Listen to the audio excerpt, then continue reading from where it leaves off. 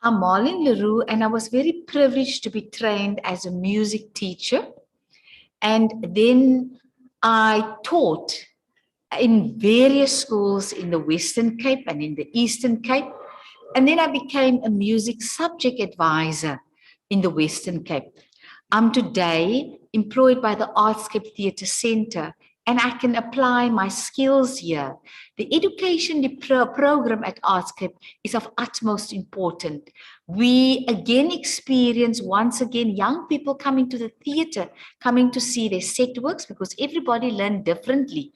But most important as well is that the arts is about holistic development.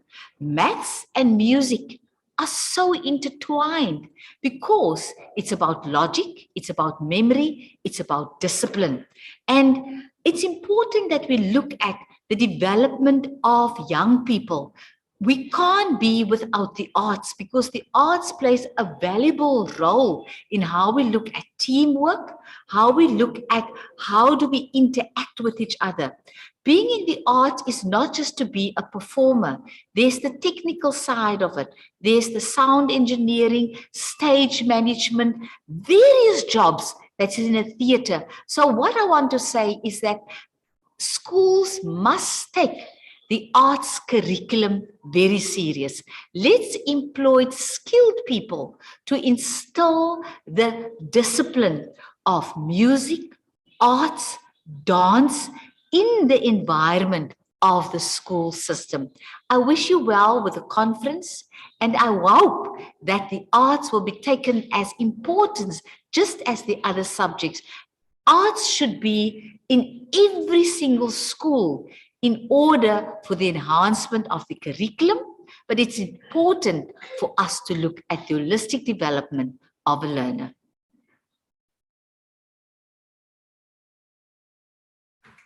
Good afternoon, everyone, and welcome to the Creative Arts Conference 2022. On behalf of Rustenburg Girls Junior School, the Western Cape Education Department, and Schoolscape, we want to welcome you to these exciting 2 days of keynote speakers, panel discussions, and workshops. We hope you're as excited as we are.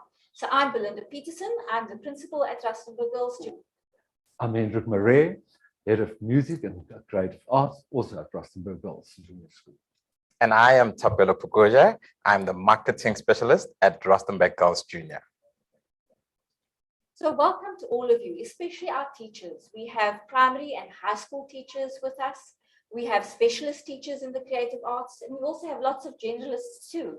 We have teachers from urban areas, from rural areas, from all over South Africa. So welcome to all of you. To our principals and school management teams, welcome to you as well. We have universities, we have colleges represented with students and lecturers, community organizations, arts centers, arts organizations, officials from the Western Cape Education Department, as well as the Department of Basic Education. Welcome to all of you. It's so wonderful to have you joining us here at our virtual Creative Arts Conference. We also have attendees from other countries. So welcome if you are from Botswana, if you're from the United Kingdom, the Netherlands, United States, Papua New Guinea, Pakistan, China, and Finland. Welcome to all of you, and we're so excited that you're joining us as well. So over the past few days, we've had a number of you interacting on the WUVA platform that we're using to present this conference. There's lots of opportunities to engage, and Thapelo is going to tell you a little bit more about that. Thank you very much, Belinda. Thank you. Welcome to the Creative Arts Conference 2022. Do engage with us on the WUVA app. There's quite a lot of things that you can do. You can visit our exhibitor space and engage there. You can start a conversation, a topic, and engage some more. There's quite a lot, and you can connect with a lot of people and network. But also, we have an opportunity for you to organize meetups. So also, don't forget to join our social media, to follow us on all social media platforms. That's LinkedIn, Instagram, and Twitter at Schoolscape Live using the hashtag CAC 2022. Last year, the heart of the school was missing when we did the Creative Arts Conference, and this year is no different. Molly, what's wrong? What's going on? I just feel really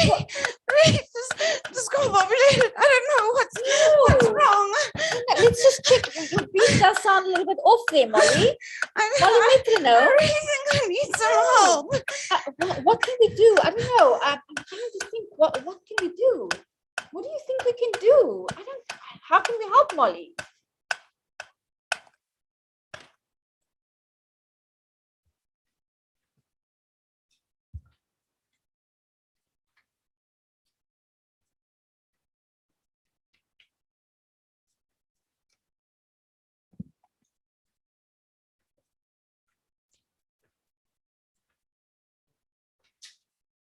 So we need all of you to help Molly Metronome beat for better. We need everybody who's on the platform to go to the exhibitor space.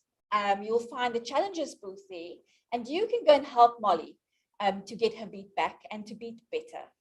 There's some challenges to complete. You'll also find a link in the chat as well. There are some challenges that you need to complete to help Molly Metronome to build her party pack, because that's what's going to help her to beat better. You also stand a chance of winning awesome prizes, and of course, just helping getting everything that you need to beat for better wherever you are. So this is what you need to do. There's Molly's party pack. So you'll find that in the challenge space. You can help her complete all the challenges to make her party pack come together. And these are some of the things, some of the prizes that you stand a chance to win. Purple ZA party packs, Take-A-Lot vouchers, and if you're one of our international attendees, you can win an Amazon voucher as well. Here's our challenges for today. We have 8 challenges, and then we also have 8 challenges for tomorrow. So kicking us off, we're focusing on reflecting and restoring with the creative arts. So head on over to the exhibitor booth, the challenges booth, so that you can participate in those challenges. Now I'm going to hand over to Hendrik, who's going to introduce our first keynote speaker. Good afternoon, ladies and gentlemen. Just before we start, we would like to extend our deepest condolences to Andria, to citizens of the United Kingdom, to members of the Commonwealth, with the passing yesterday of Queen Elizabeth II. It is with great excitement that I want to introduce you today to our keynote address, or the first keynote address at the 2022 Creative Arts Conference, with a lot of talk, workshops, and discussions that will talk about the reflection, how to recharge, restore, and create in creative arts classrooms. There can't be a better or more exciting person, international guest, to open this year's event. Andria Zafirakou. Andria is an art and textile teacher at Alperton Community School in England. She's known as a rule breaker.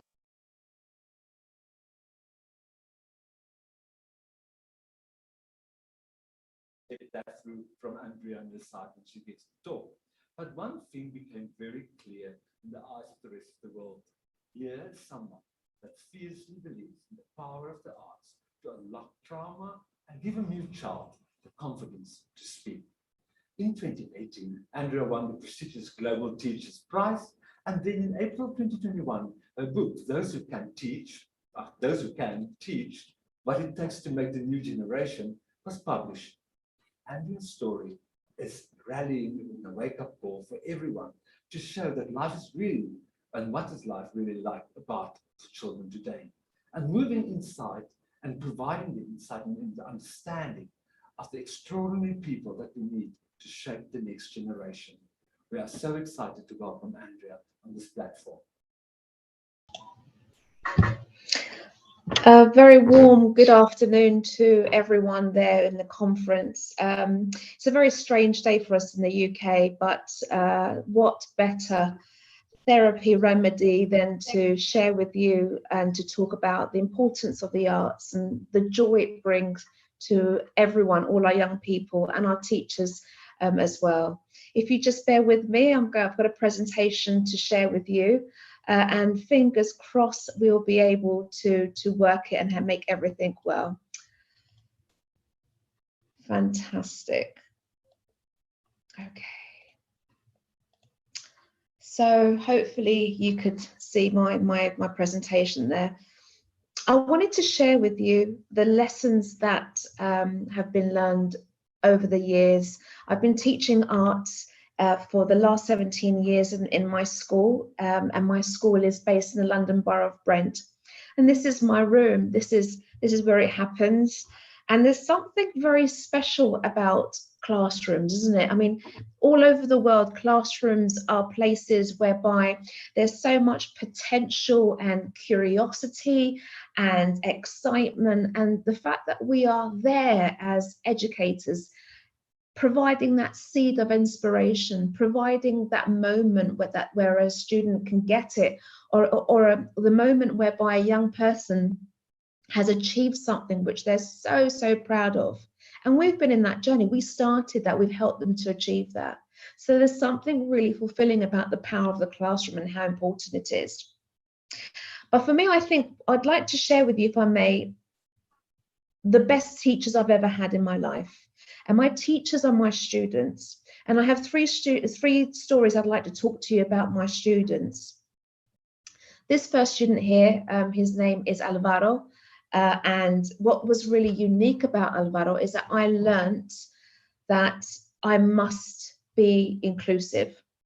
So let's talk about his story. Alvaro came to my school when he was approximately 14 years old. He moved from a special educational needs school, and his parents wanted him to go to, and I've got my fingers up here, in inverted commas, a normal school, in a mainstream school, where they would be able to work with other young people who are different than him.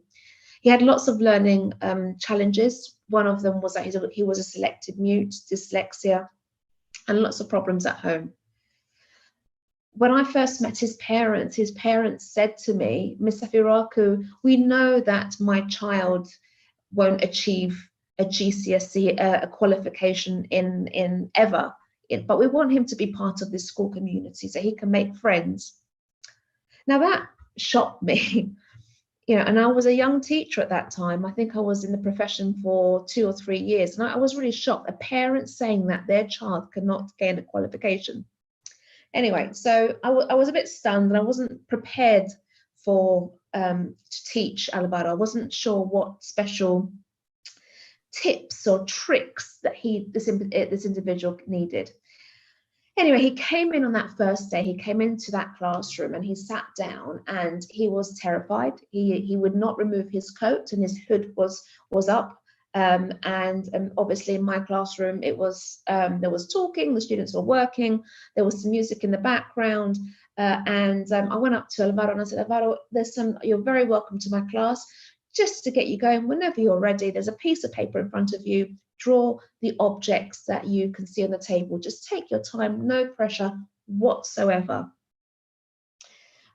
Throughout the 2-hour lessons, nothing happened. And what was really sad was that, you know, I was really worried. I was like, well, you know, he's not engaging.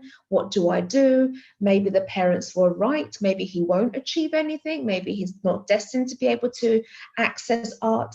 And so I was really concerned. At the end of the lesson, I set a homework task for the students to produce a piece of artwork that was really special to them, and to think about an object that really inspired them.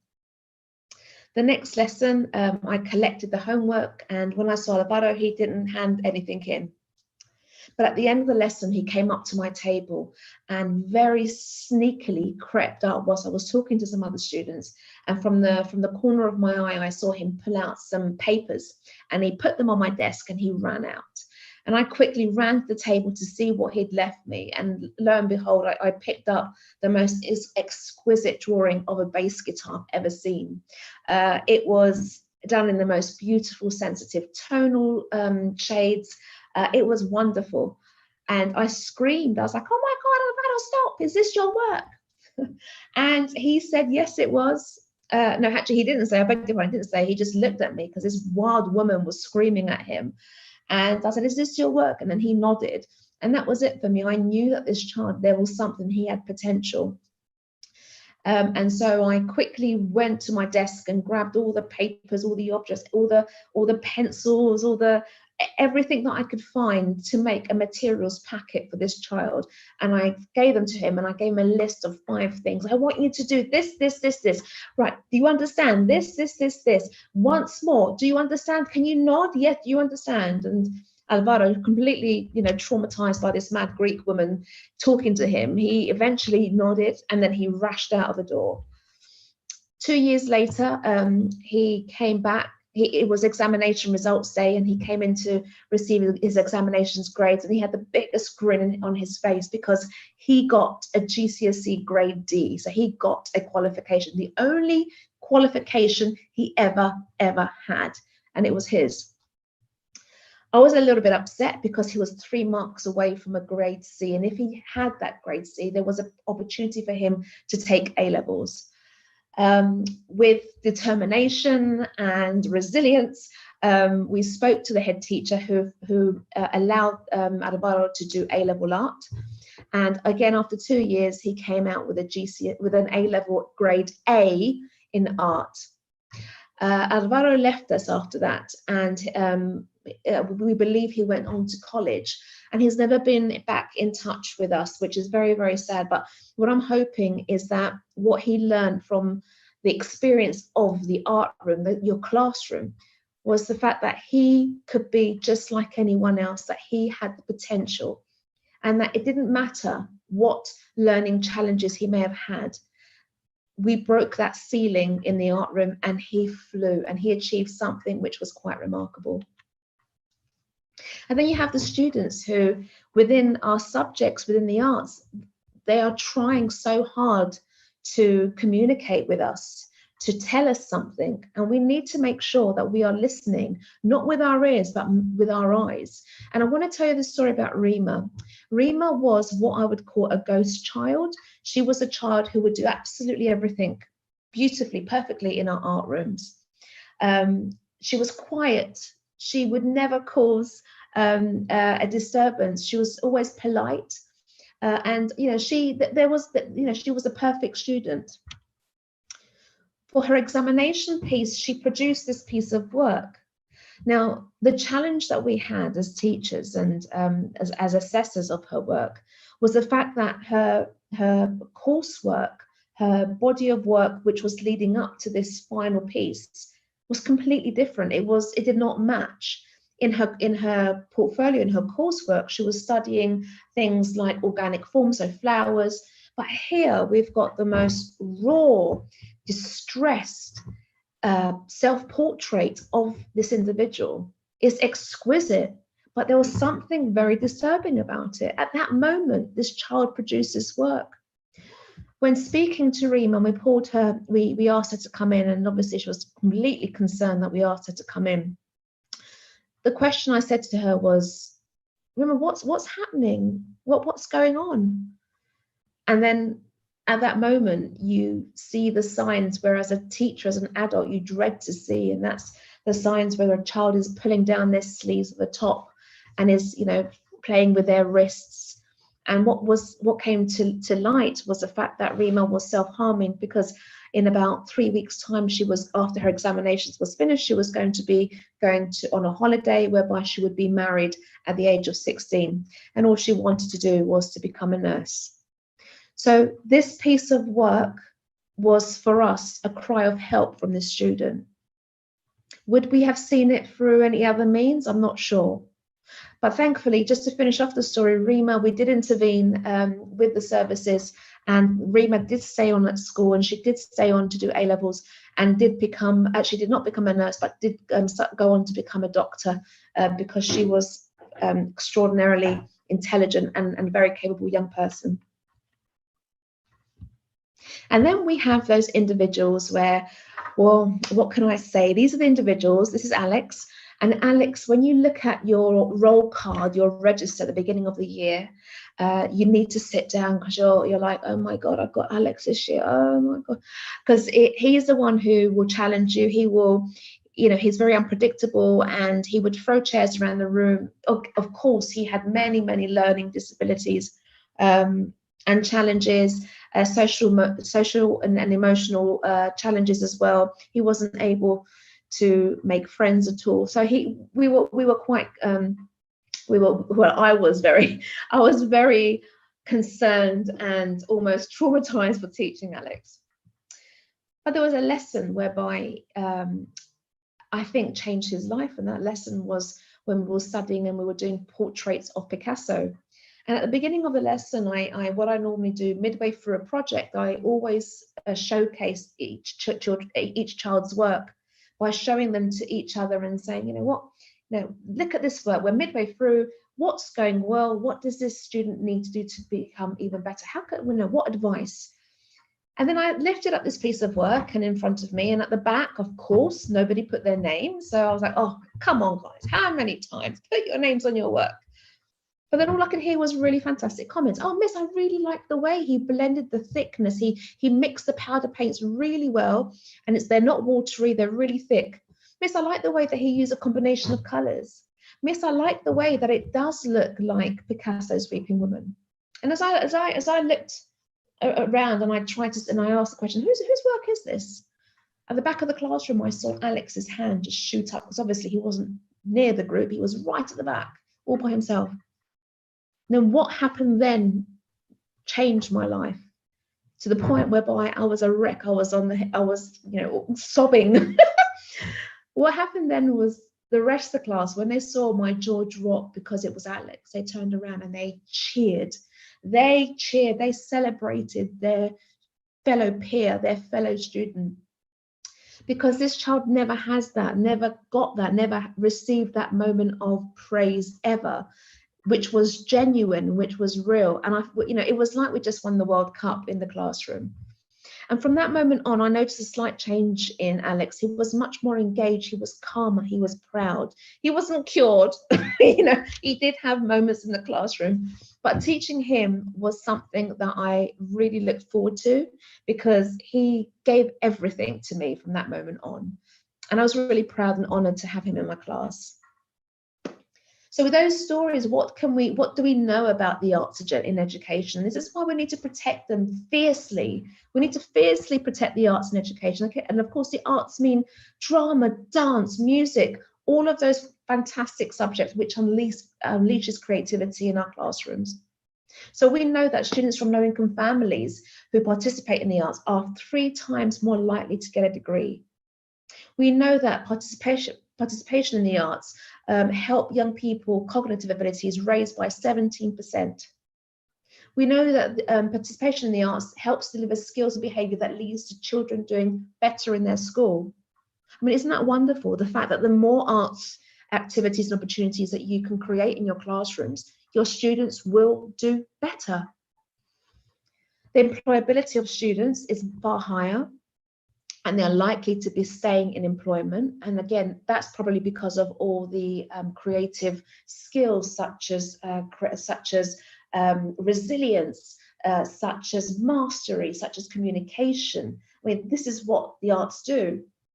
People who take part in the arts are 38% more likely to report good health. That's wonderful. We are producing healthy and well-minded individuals.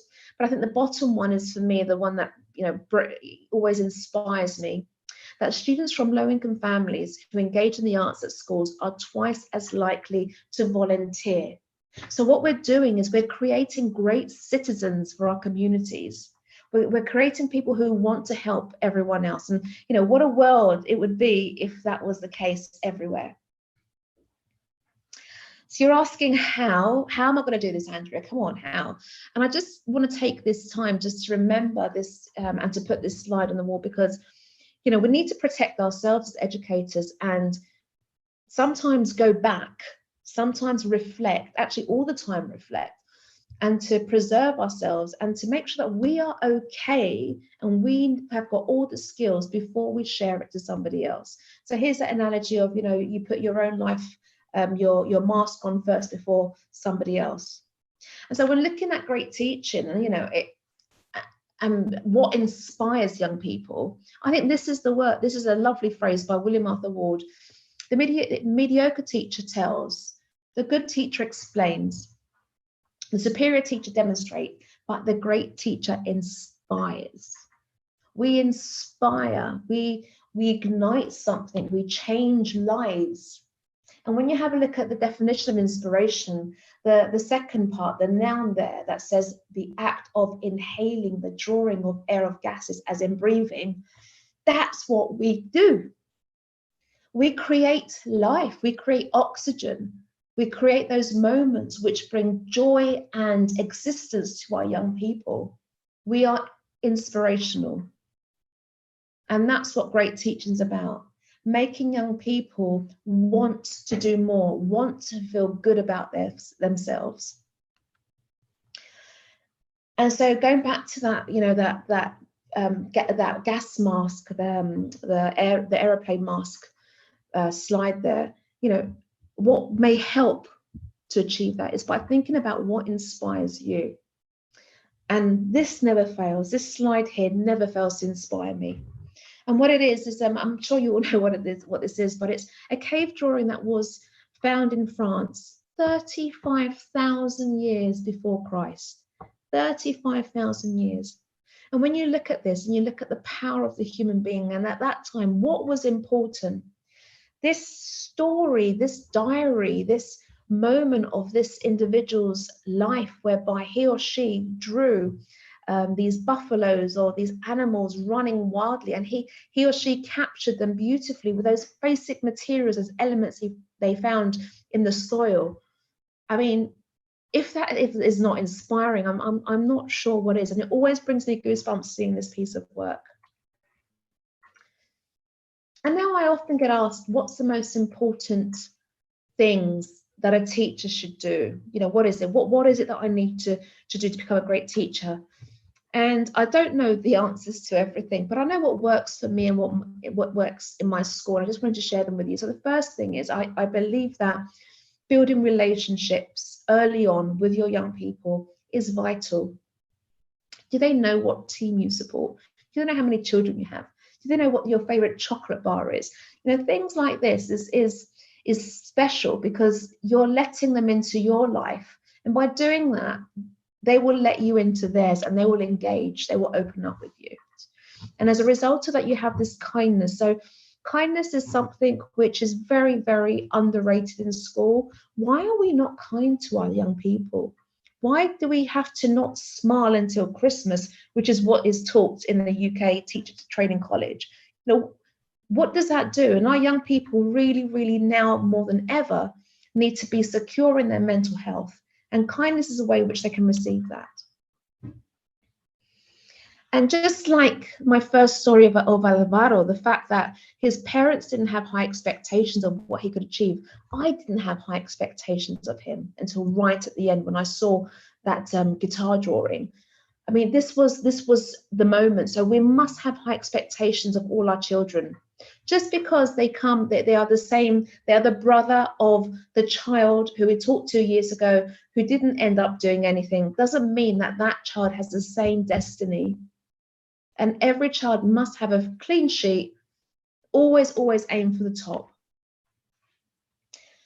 You know, appetite. I'll explain to you now. I don't mean here about eating everything, but with an appetite is about an appetite for your subject, your love to learn, you know, wanting to really make sure that you are hungry for self-development, for your own ability to constantly improve. So to have an appetite for teaching good lessons is something I think helps to drive me to become a better teacher. That and lots of chocolate, but let's move on from there.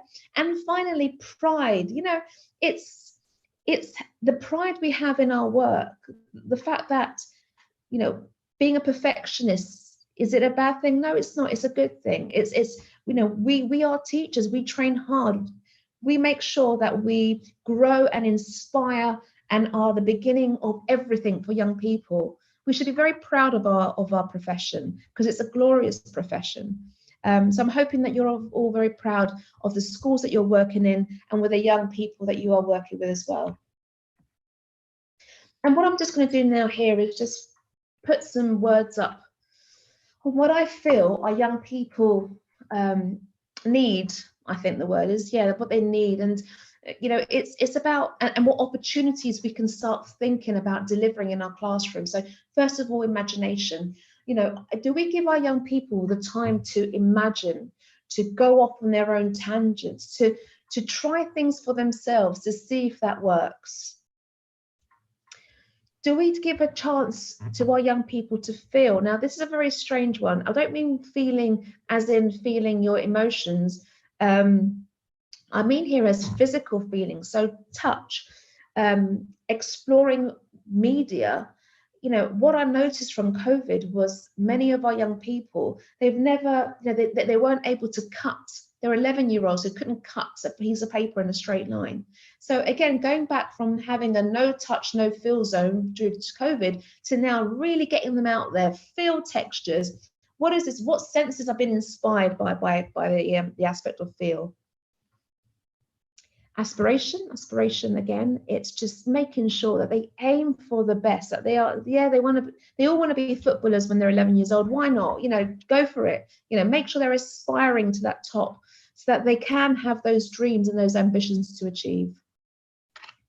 And allowing them to question, having those safe spaces in your classrooms whereby no question is a bad question.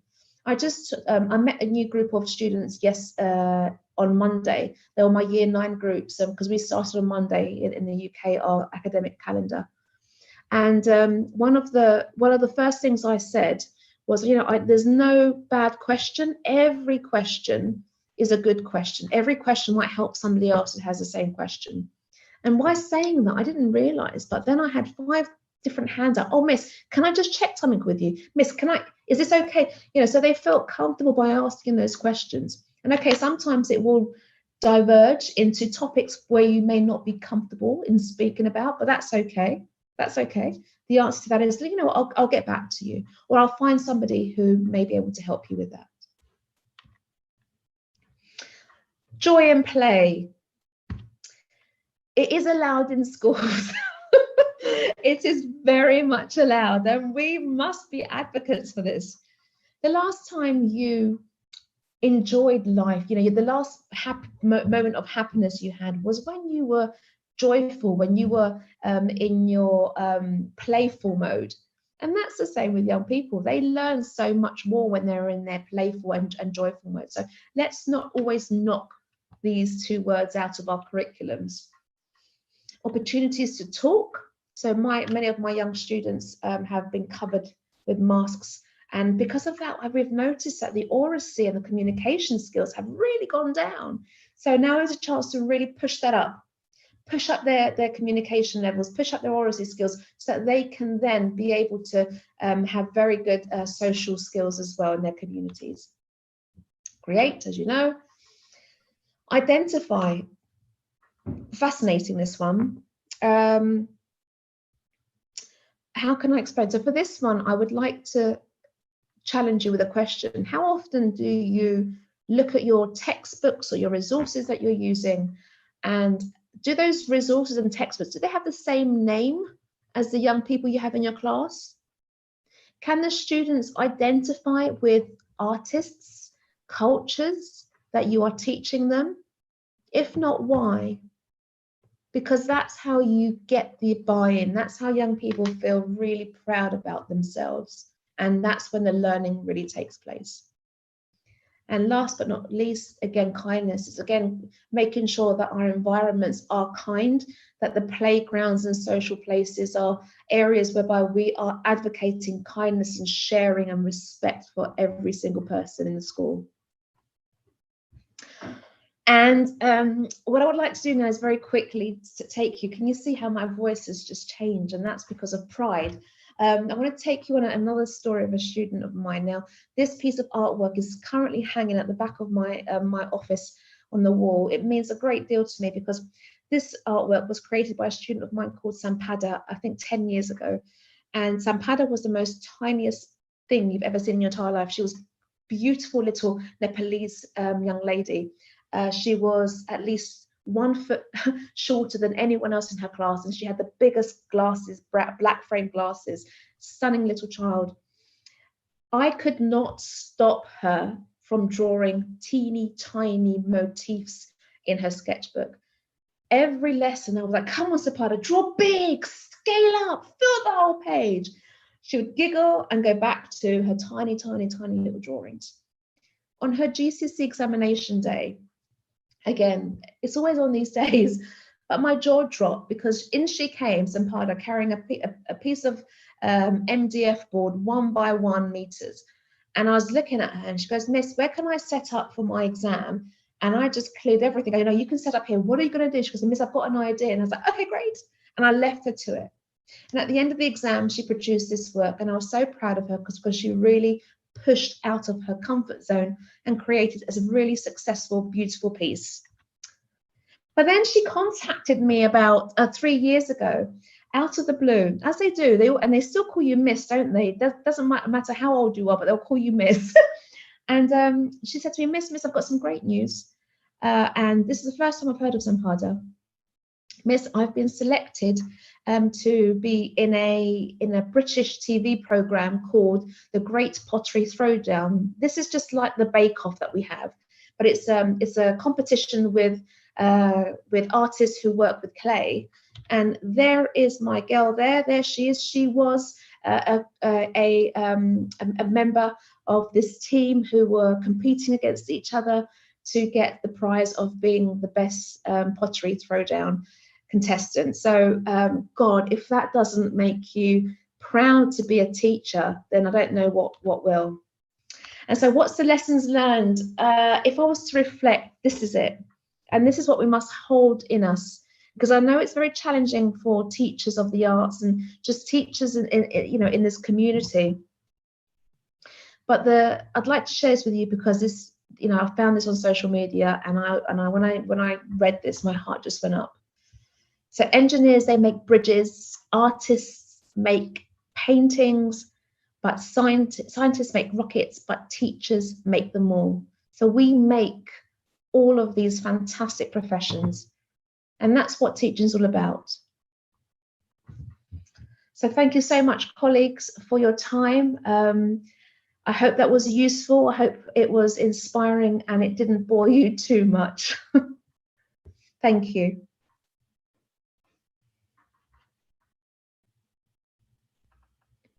Thank you so much for all of us. I don't know if you've been able to see all the comments in the chat, but there were some amazing comments and reflection of how you've inspired all of us on the platform.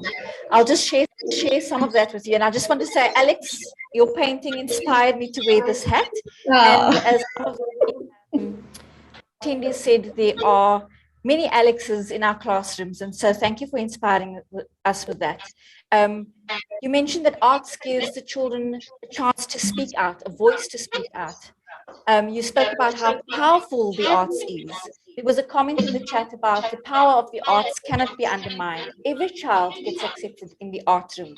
One of the points that I took away from your session was people who engage in the arts are 38% more likely to report good health. And I think that's so important for us to know as teachers and in schools. That teachers' well-being is so important.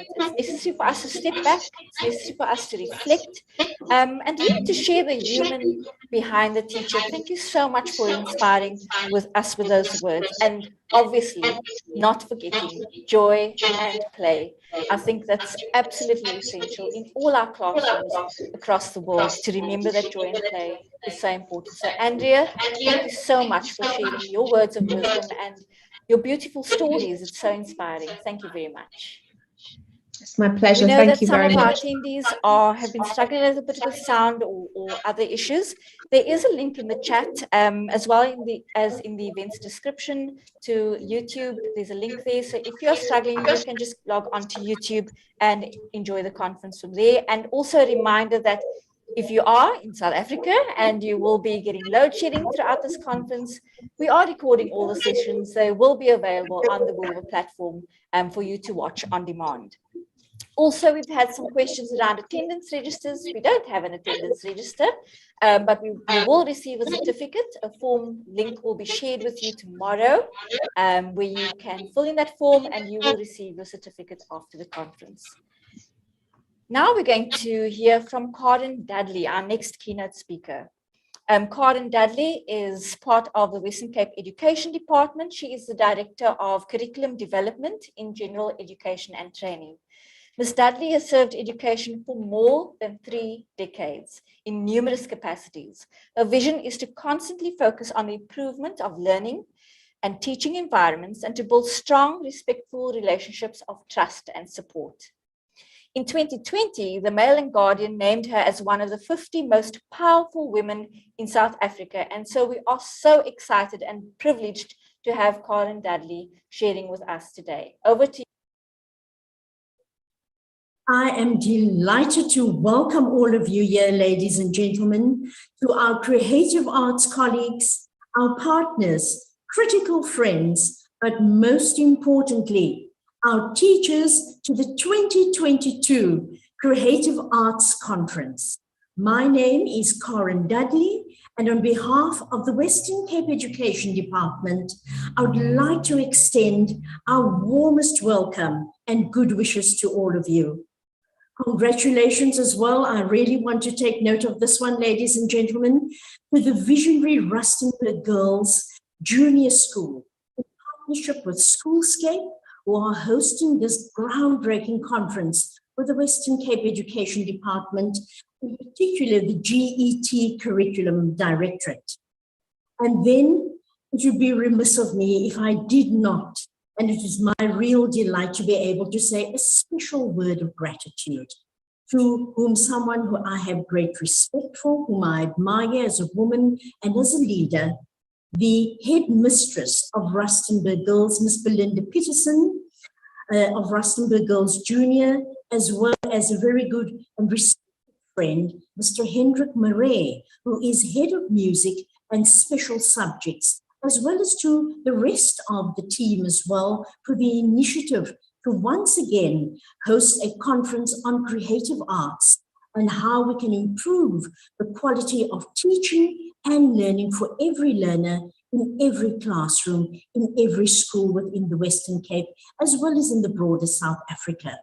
Allow me as well to welcome our head of the creative arts, Ms. Anina Lundi, for the Western Cape Education Department, doing phenomenal work with all stakeholders in this event, ladies and gentlemen. And so let me use this opportunity to welcome all colleagues from the National Department, as well as other provinces, because it's not only the Western Cape, but we have a number of provinces and also partners abroad, ladies and gentlemen. A warm welcome to all our international guests. And here I have a little bit of a bias, because here I have one favorite, and that being who you've just spoken now to our Global Teacher Prize winner, who I've had the pleasure of meeting on numerous occasions. But each time I engage her, ladies and gentlemen, what a delight, what a learning curve to be able to know a global teacher has won the prize, and not just a global teacher, but we're talking about an art teacher. And so a special, special welcome to my very good dear friend and colleague, Miss Andria Zafirakou, who won the 2018 Global Teacher Prize in Dubai, and I was so privileged to witness her win that award, who has just delivered her keynote address to all of us. I'm absolutely elated that this online conference is presented for the second year.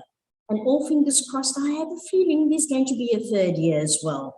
And so may I venture just to go on and to say that the program promises to be even more exciting and even more thought-provoking than it was last year.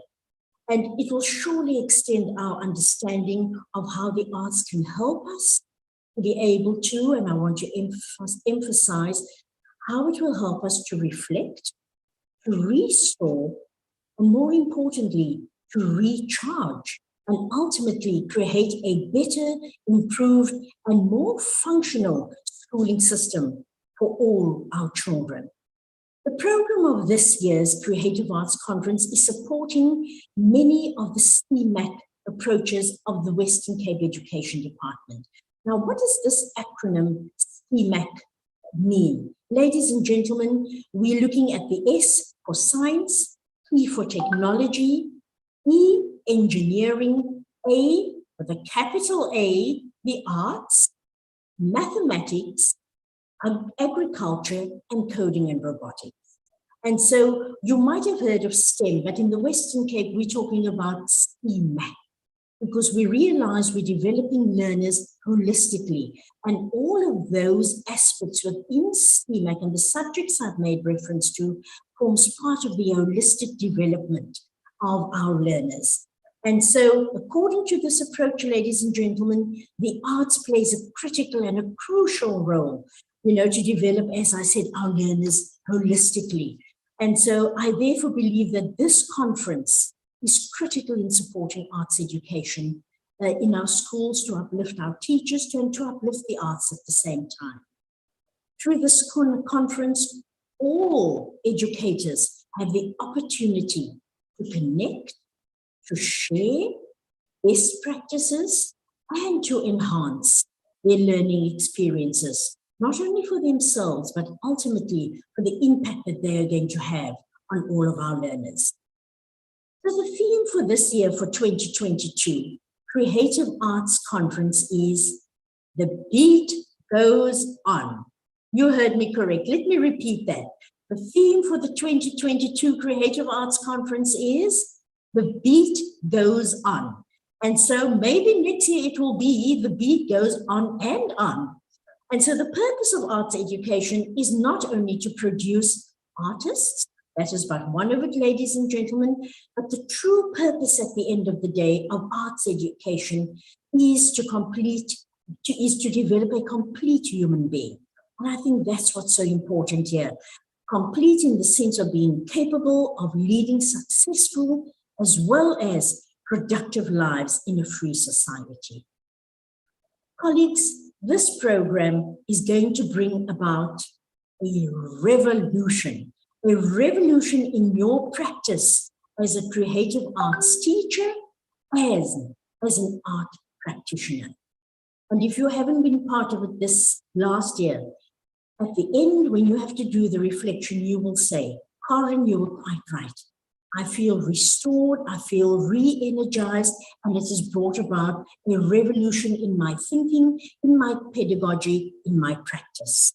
And so do not miss the panel discussion as well on how the arts are infused in mathematics, in languages, and in sciences. So often we focus on the languages, on math and science, but how is the arts the base subject in all of this? To be able to uplift the critical thinking and reasoning of our learners, ladies and gentlemen. So don't forget to look out for that discussion later as the program unfolds over the next few days. And so with this, we also want to emphasize the entrepreneurial skills needed within the arts.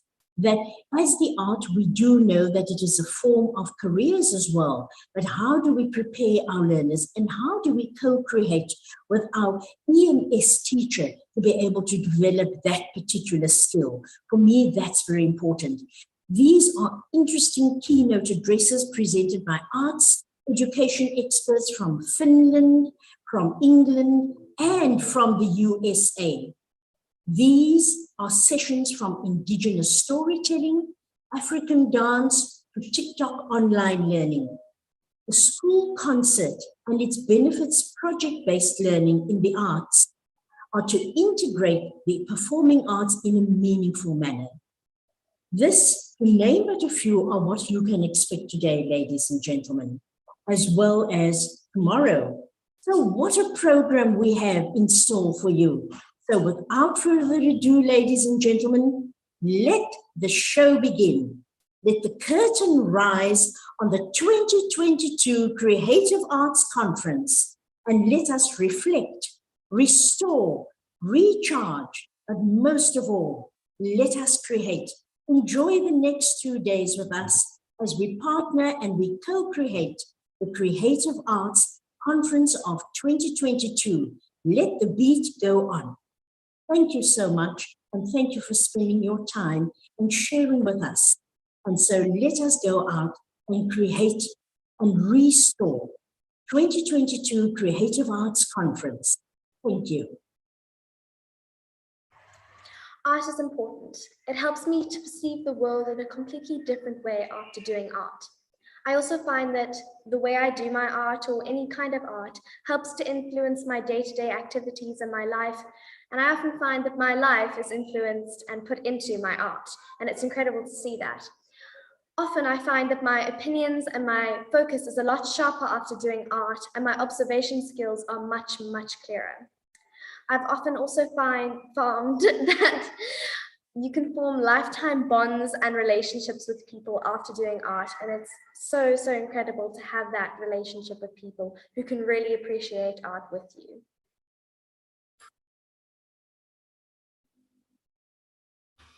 Thank you very much to Karen. Karen, I have to say that I echo the same sentiments as you when you said, let the show begin. I mean, when you spoke about developing learning holistically through STEMIC, that was so touching. And also you spoke about the beat goes on. Yes, the beat goes on.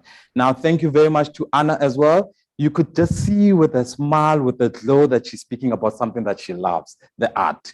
You love the art, I love the art, Anna loves the art. Thank you very much.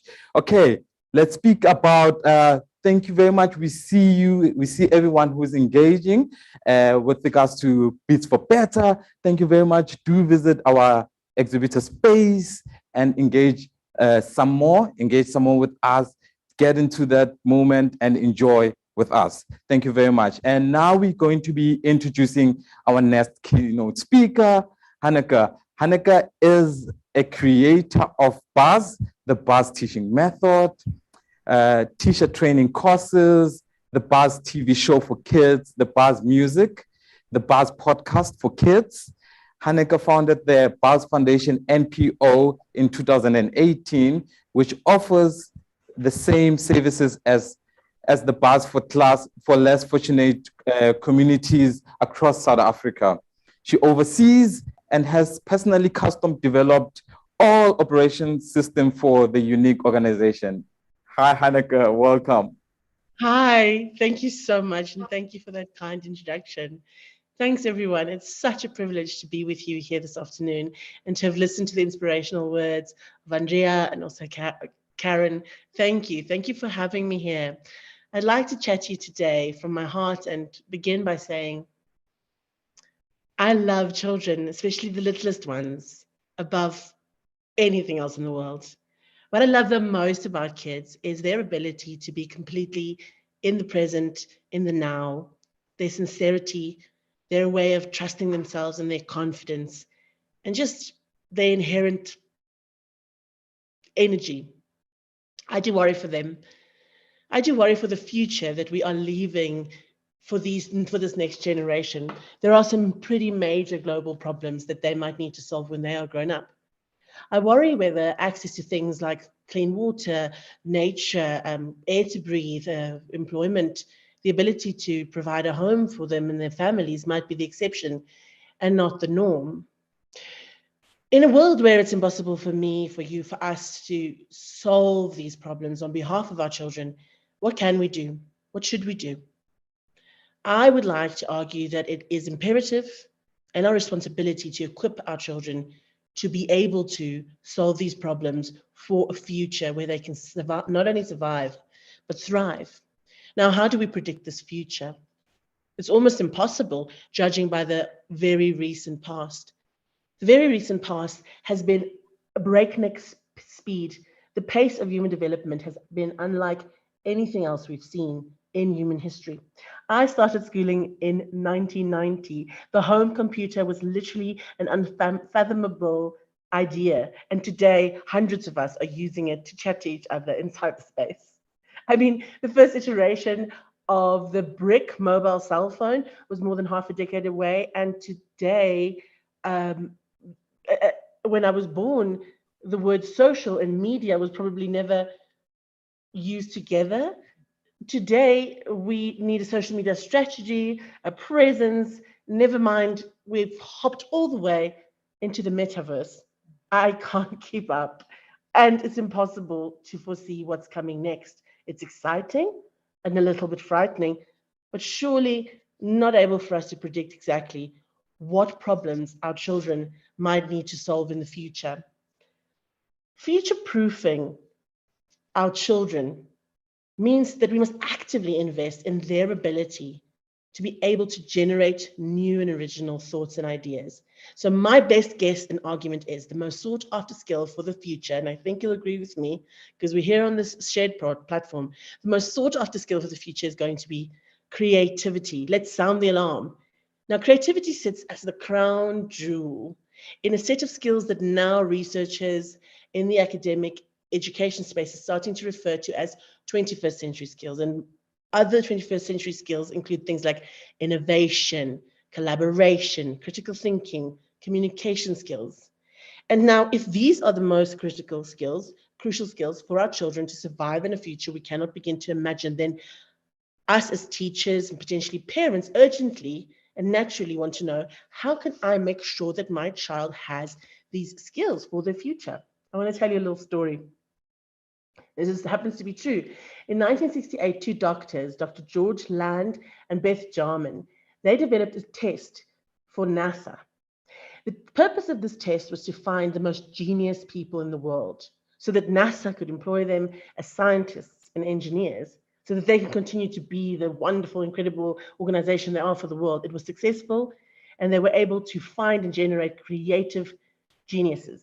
The test looked at how the test was aimed at finding innovative solutions for complex questions. So it worked for NASA, and they carried on. The doctors Land and Jarman thought, we could take this test and we could apply it to a different subset of people. So they decided on a longitudinal test that involved 1,600 children, preschoolers of 4 to 5 years old. Now, I'd like everyone to try and go to the poll function of the chat box. And of this 1,600, you've got to go quickly now for me, 4 to 5 year olds that were tested on the same test to see how many 4 to 5 year olds were creative genius. How many would you venture scored actively as creative genius? 0 to 20%, 20 to 40%, 40 to 60, 60 to 80, or more than 80%. How many of these children would you say? I can see people are throwing in their answers, and I can see that some of you must have heard of this incredible study that was done as far back as the 70s, because yes, 98% of these preschoolers between the ages of 4 to 5 year olds scored as creative genius. And when they went back to those children at about age 12, it went down to 30%. At high school level, they were down to 12%. 12% of them still remained creatively genius. And at the age of adulthood, only 2% of the original 1,600 still scored as creative genius. So, half glass full, we all, or most of us, inherently come with the ability to be creatively genius. It's in the factory settings, in the base model. But the negative part of that, the bad news seems to be that the more we are schooled, the more we lose that innate creativity. So I think our challenge as a society is to safeguard this precious magic. We can now let the poll go. Thank you so much. I think our challenge as a society is urgently to safeguard this precious magic. Our innate ability as human beings to be creative at a genius level. In essence, this should be our most important conservational task. I mean, some of us chase snow leopards and try to save them up hills, and there's nothing wrong with that and keeping nature safe, but conserving this very thing, our force that allows us as human beings to have original thoughts. It's dying a slow death in classrooms and homes. Should that not be our most urgent cause? And schools? What are schools doing about this? Are they sounding the alarm? Are schools able to ignite and preserve in all children this precious, precious ability to come up with original thoughts above all else? Sadly, we are still operating in an education system that was designed for and in the industrial age. Schools, unfortunately, operate still much like factories. Factories that have a purpose to produce workers for a workforce that sadly has now been often taken over by modern production processes or intelligent machines that spit out matriculants for the workforce on the other end of the conveyor belt that actually no longer exists for them. Now we find ourselves slap bang in the fourth industrial revolution, and it's got its own unique challenges and opportunities. I don't think sprinkling a bit of robotics, edtech, and coding into children's timetables is going to do the trick. I think we're looking for a robust paradigm shift where creativity and anything that works through and for that for children should be at the absolute forefront of the agenda.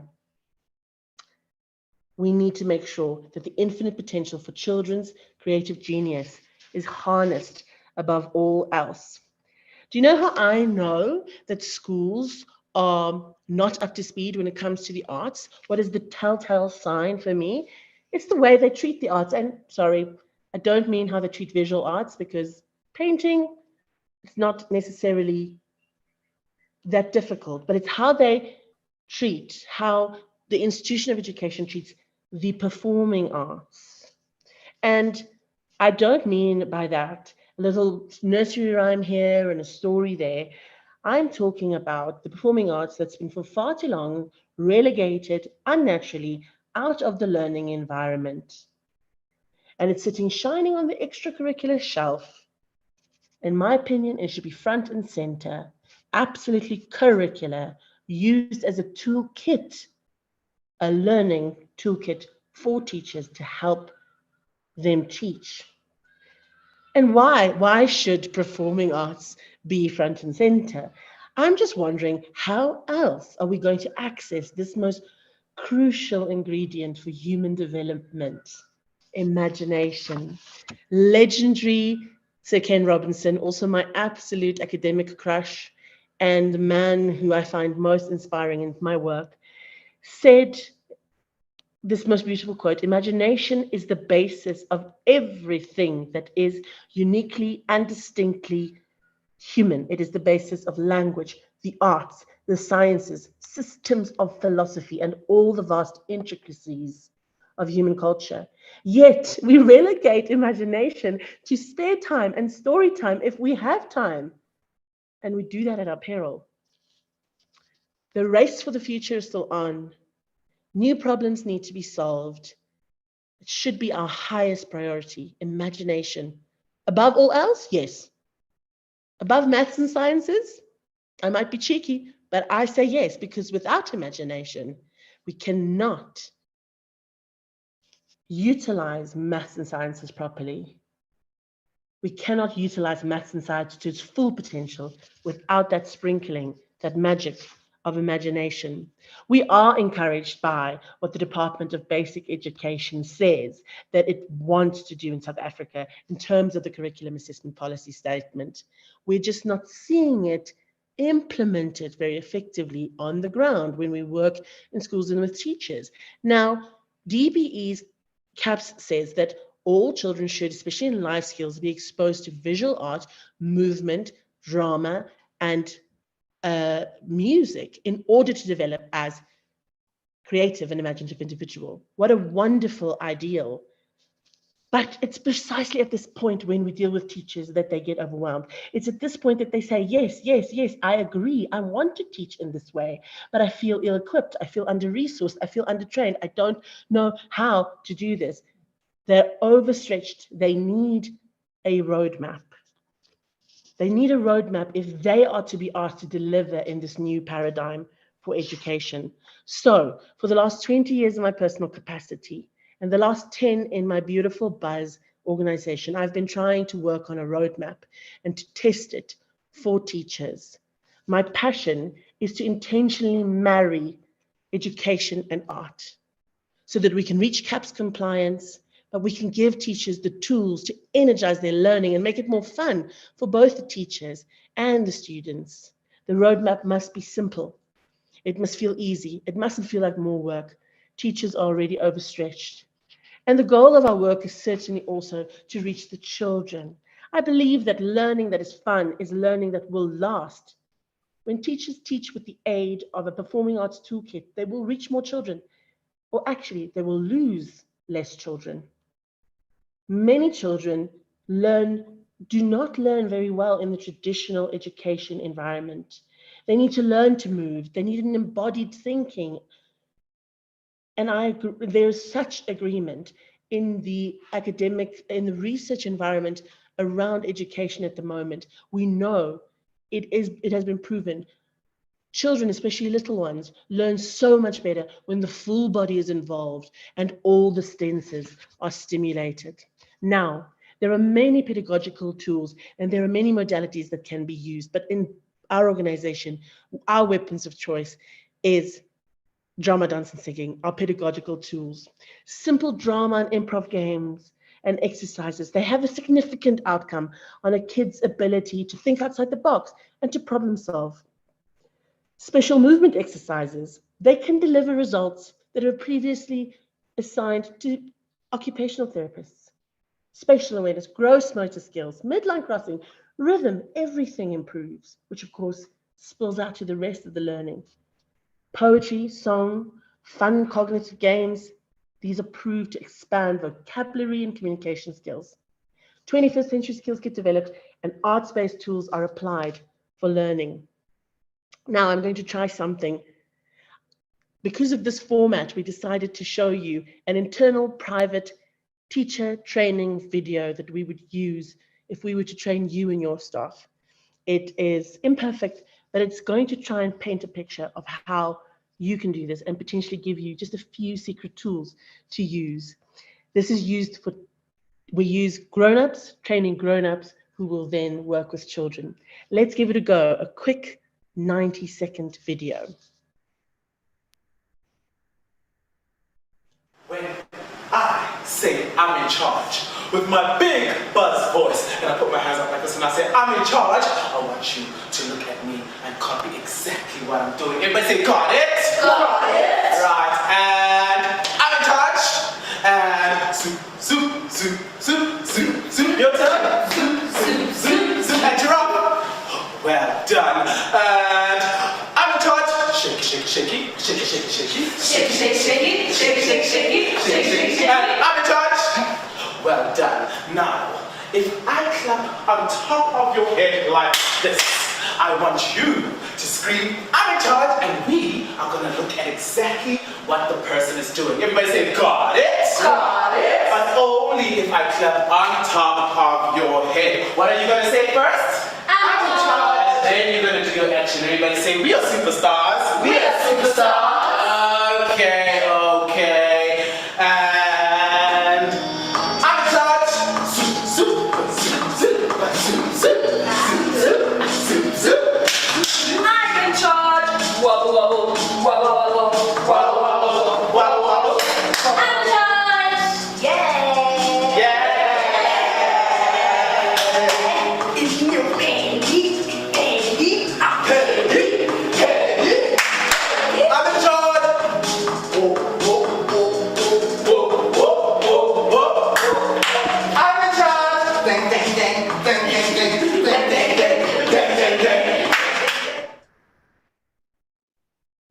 So that was I'm in charge. And as I mentioned, it was delivered for adults, to adults, who will deliver something like this with children. Now, which caps boxes did we tick with that? Drama, movement, sound. The children made those themselves. They moved like abstract characters with unique sounds and movements. The rest of the class moved like a group, a unit, a hive. And this allows us to assess their ability to collaborate as individuals, see them in a new light. Kids needed to use a loud projected voice to get the class's attention by saying, I'm in charge, and getting them to listen. So the 21st century skills we developed was creative thinking, collaboration, confidence, etc. This game can also be themed to any learning topic. Imagine learning about transport system, and the instruction is that the child must make the sound and movement of the vehicle of their choice when the clap comes their way. It is very, very easy to adapt these games and exercises, and the internet is an endless resource. One quick, more internal game the analysis of it, and then I'll wrap up. Let's play the next video. Close your eyes and I want you to think of something that you could find in the kitchen. Anything that you could find in the kitchen. I want you to think of that thing very, very carefully. Think of what it might look like. Think of what it might, what color it is, how big or how small it is. And I want you to open your eyes and now you're going to become that thing in the kitchen. So if you were a spoon, you could stand like this. If you are a fridge, you could be like this. And so this would be my fridge handle. So you're going to think of something and then become it with your body. And go! No talking? Okay. Now I'm going to come around because remember, I'm on a spring cleaning mission. And I'm going to come to one of you and I'm going to start taking you out of my kitchen. And you need to scream, "Don't throw me away!" And then you need to tell me why I don't need to throw you away. In other words, what is your function? So if you are a fridge, you could say the following. You could say, "But I keep your food cold." If you are a kettle, you could say that you need me to boil water. So you need to tell me without telling me what you are. Let me try. Oh, this is interesting. I think I need this one. Let's see.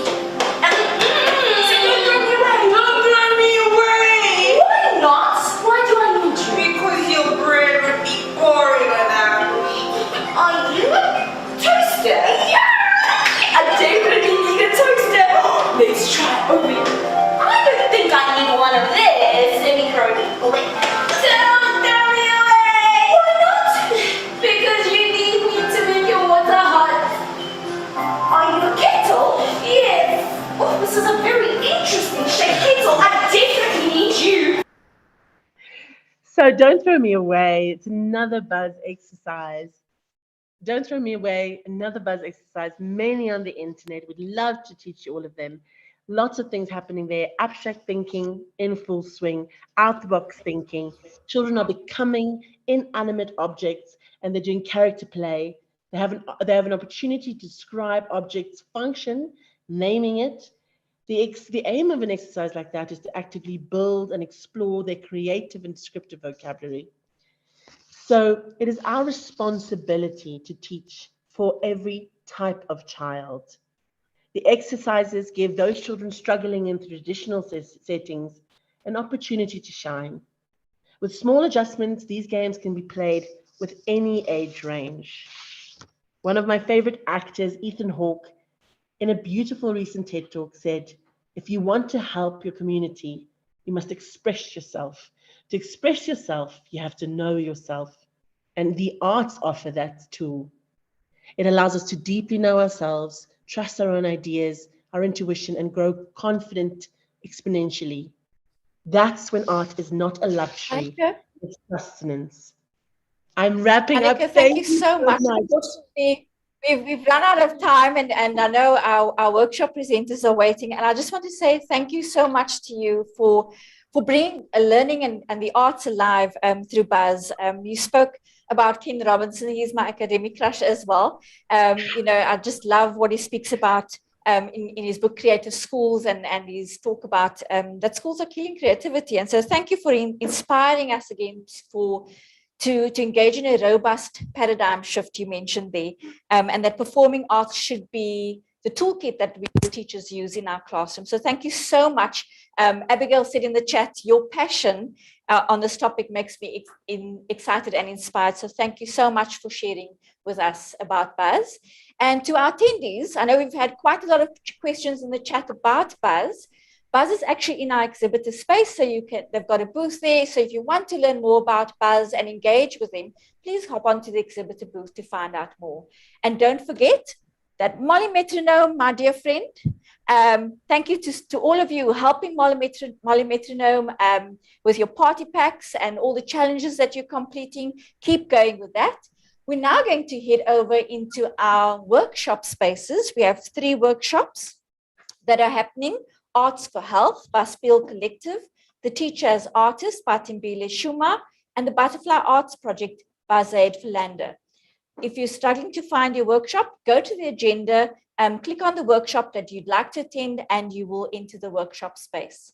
Straight after the workshops, we have a bit of a break, and then we'll be back on the main stage in the main session at 16:50, that's 10 to 5. So we look forward to seeing you then, and enjoy the workshops. Thank you.